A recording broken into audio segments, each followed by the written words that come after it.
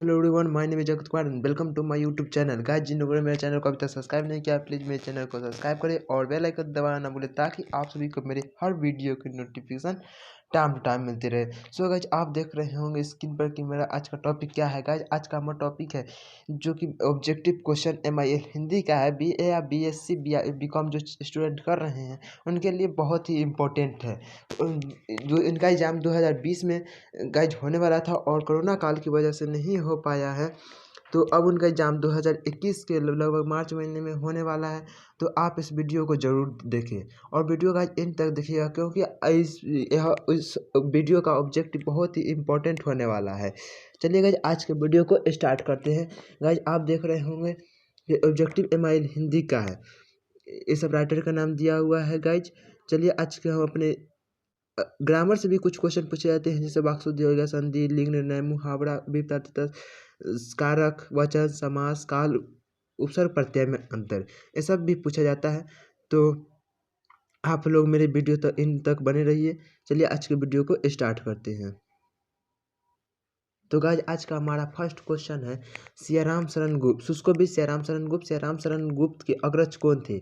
मैथिली शरण गुप्त, प्रेम नारायण गुप्त, रामचंद्र गुप्त, इनमें से कोई नहीं। तो इसका करेक्ट जो आंसर होगा वो है Maithili Sharan Gupt, number A, Maithili Sharan Gupt. Number next question है हमारा, सियाराम शरण गुप्त का जन्म कहाँ हुआ था? कहलक गाँव में, झांसी में, चिरगांव झांसी में, नया गाँव झांसी में, इनमें से कोई नहीं। इसका जो करेक्ट आंसर होगा चिरगांव झांसी में हुआ था, नंबर बी, चिरगांव झांसी में। चलिए गाइस, आज का नेक्स्ट क्वेश्चन देखते हैं, सियाराम शरण गुप्त का जन्म कब हुआ था? तो इसका जो ऑप्शन है 1889, 1890, 1895, 1898। तो इसका जो करेक्ट आंसर होगा गाइस, और उसका सी नंबर होगा 1895 यानी 1895 में हुआ था। हिंदी साहित्य के क्षेत्र में सियाराम शरण गुप्त किस रूप में विख्यात है? तो कवि, कथाकार, निबंधकार, इनमें सभी। इसका करेक्ट आंसर डी हो जाएगा, इनमें से सभी। डी, इनमें से सभी। सियाराम शरण गुप्त का निधन कब हुआ था? 1963 में, 1965 में, 1967 में, 1968 में। इसका करेक्ट आंसर होगा ए नंबर 1963 में हुआ था सियाराम शरण गुप्त का निधन। सियाराम शरण गुप्त का निबंध संग्रह क्या है? उन्मुक्त, गोद, झूठा सच, इनमें से कोई नहीं। इसका जो करेक्ट आंसर होगा सी नंबर होगा, झूठा सच। मानुषी सियाराम शरण गुप्त का क्या है? मानुषी सियाराम शरण गुप्त का क्या है? निबंध संग्रह है, काव्य है, कहानी संग्रह, इनमें से कोई नहीं। इसका जो करेक्ट आंसर होगा सी होगा, कहानी संग्रह। कहानी संग्रह है। नारी सियाराम शरण गुप्त का क्या है? काव्य है, नाटक है, कहानी संग्रह है, उपन्यास है। इसका जो करेक्ट आंसर होगा डी, उपन्यास है। चलिए गाइस, आज का हमारा नेक्स्ट क्वेश्चन देखते हैं। आज का हमारा नेक्स्ट क्वेश्चन है, शुष्को वृक्ष किस विधा की रचना है? शुष्को वृक्ष किस विधा की रचना है? कविता, कहानी, निबंध, एकांकी। उसका करेक्ट आंसर होगा गाइज सी, निबंध होगा, सी, निबंध। चलिए गाइज, आज का हमारा नेक्स्ट क्वेश्चन देखते हैं। आज का हमारा नेक्स्ट क्वेश्चन है, शुष्को वृक्ष निबंध में किस ग्रंथ में संबंध कथा का आधार ग्रहण किया गया है? साकेत, कादम्बरी, दोनों, इनमें से कोई नहीं। इसका जो करेक्ट आंसर होगा गाइज वो करेक्ट आंसर होगा Kadambari, number B correct answer होगा। चलिए गाइज, आज का हमारा नेक्स्ट लेसन चैप्टर देखते हैं कि आज का हमारा नेक्स्ट चैप्टर क्या है। आज का हमारा नेक्स्ट चैप्टर है शत्रु, जो कि है राइटर है उनके अज्ञे जी। चलिए इसका फर्स्ट क्वेश्चन नंबर देखते हैं, शत्रु किस विधा की रचना है? शत्रु किस विधा की रचना है? कविता, कहानी, आलोचना, इनमें से सभी। इसका जो करेक्ट आंसर होगा गाइज इनमें से कहानी है, कहानी। ठीक है, शत्रु किनकी कहानी है? सियाराम शरण गुप्त की, गुलेरी की, प्रेमचंद की, अज्ञे जी की। इसका जो करेक्ट आंसर है डी है, अज्ञे जी। यानी शत्रु कौन लिखे थे? तो अज्ञे जी लिखे थे। अज्ञे का जन्म कब हुआ था? अज्ञे जी का जन्म कब हुआ था? सन 1908 में, सन 1911 में, सन 1915 में, सन 1920 में। इसका जो करेक्ट आंसर होगा बी, सन 1911 ईस्वी में, सन 1911 ईस्वी में। चलिए गाइज, आज का हमारा नेक्स्ट क्वेश्चन देखते हैं, अज्ञे जी का निधन कब हुआ था? 1987 में, 1989 में, 1990 में, 1991 में। इसका करेक्ट आंसर होगा 1987 में हुआ था, नंबर ए 1987 में। ठीक है गाइज, 1987 में हुआ था अज्ञे जी का निधन। अज्ञे जी का ख्याति किस रूप में है? अज्ञेय जी का ख्याति किस रूप में है? कवि, कहानीकार, उपन्यासकार, इनमें से सभी। इसका करेक्ट आंसर होगा इनमें से सभी, इनमें से सभी। नेक्स्ट क्वेश्चन देखते हैं। आज का हमारा नेक्स्ट क्वेश्चन है गाइस, अज्ञेय को किस काव्यधारा का प्रवर्तन का श्रेय प्राप्त है? छायावाद, प्रगतिवाद, प्रयोगवाद, इनमें से कोई नहीं। इसका जो करेक्ट आंसर होगा इनमें से,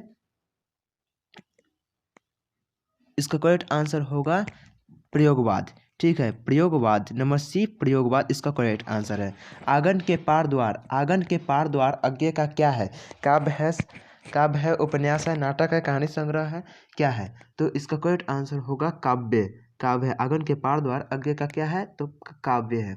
ठीक है, चलिए आज का हमारा नेक्स्ट क्वेश्चन देखते हैं। आज का हमारा नेक्स्ट क्वेश्चन, अज्ञेय का कहानी संग्रह है बिफ थगा, कोठरी की बात, जयदोल, इनमें सभी। इसका करेक्ट आंसर होगा गाइज इनमें से सभी होगा, इनमें से सभी, नंबर डी इसका करेक्ट आंसर है।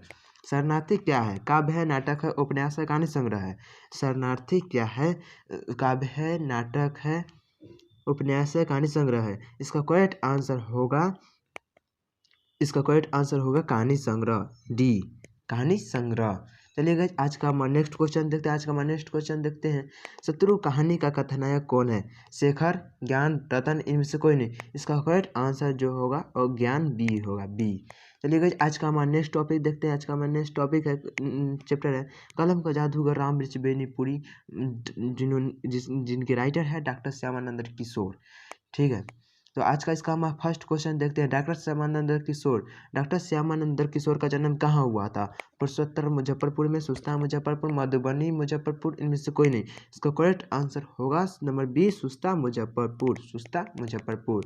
डॉक्टर श्यामानंद किशोर का जन्म कब हुआ था? 1928 में, 1930 में, 1932 में, 1936 में। इसका जो करेक्ट आंसर होगा सी 1932 में, 1932 में। चलिएगा आज का हमारा नेक्स्ट क्वेश्चन देखते हैं। आज का हमारा नेक्स्ट क्वेश्चन है, श्यामानंद किशोर की प्रारंभिक शिक्षा कहाँ हुई थी? श्यामानंद किशोर की प्रारंभिक शिक्षा कहाँ हुई थी? तो जिला स्कूल मुजफ्फरपुर में, डीएन स्कूल मुजफ्फरपुर में, वीजी कॉलेजिएट मुजफ्फरपुर, इनमें से कोई नहीं। इसका करेक्ट आंसर होगा ए, जिला स्कूल मुजफ्फरपुर, जिला स्कूल मुजफ्फरपुर।